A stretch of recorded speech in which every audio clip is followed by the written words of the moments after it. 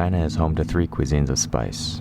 There's a saying that we use to describe them and how their respective peoples regard it. The Guizhou people enjoy it, Sichuan people don't fear it, and the Hunan people fear the lack of it. The most famous, Sichuan cuisine, is known for their peppercorn, the one that numbs your tongue and imparts citrus notes to their food. Because you can't feel how spicy something is, it only allows you to eat more. Guizhou, also called Qian cuisine, enjoys sour notes with their spice, and are known to mix pickled vegetables with their chilies.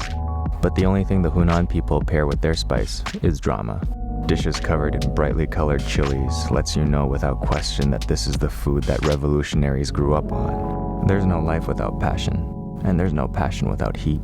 Duojiao is a simple enough condiment. Chopped chilies. It's salted and complemented with ginger and garlic with little bit of baijiu and allowed to sit in a crock. It's put on everything from soy sauce chicken to their famous steamed fish head. It's not so much simple as much as it's straightforward. You eat it, you love it, it hurts you, you sweat. You don't question it because you're not expecting more. You do go back for more. I can't get the chilies they use over there, but I did find a bushel of fresh cayenne that the farmer promised was hot. They'll do. And baijiu isn't impossible to find, but I didn't have any handy. What I did have was some scotch. They got along fine. Making it isn't difficult. If you've made kimchi before, then you pretty much know the drill.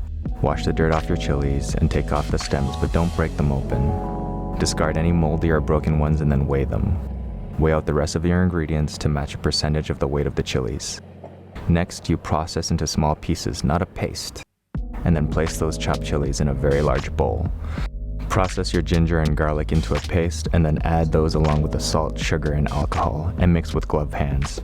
When mixed fully, place into a crock to ferment for at least 15 days in a dark room that doesn't get too cold. When it's ready, the smell should be forceful, but fresh.